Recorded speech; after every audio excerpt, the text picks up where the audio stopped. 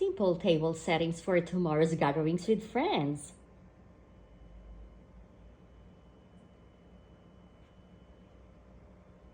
At tignan naman ninyo itong aming colorful wine glasses.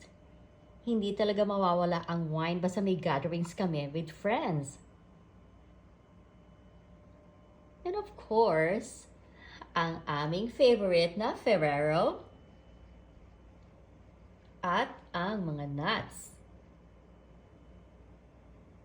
And since we are all coffee lovers, naka-ready na rin ang colorful coffee mags. It has been a while since we have gatherings with friends and finally matutuloy na rin bukas. So yun lamang po ang aking very simple table settings. At sana po ay nagustuhan ninyo ang aking maikling video na to. Thank you for watching. See you guys later. Bye!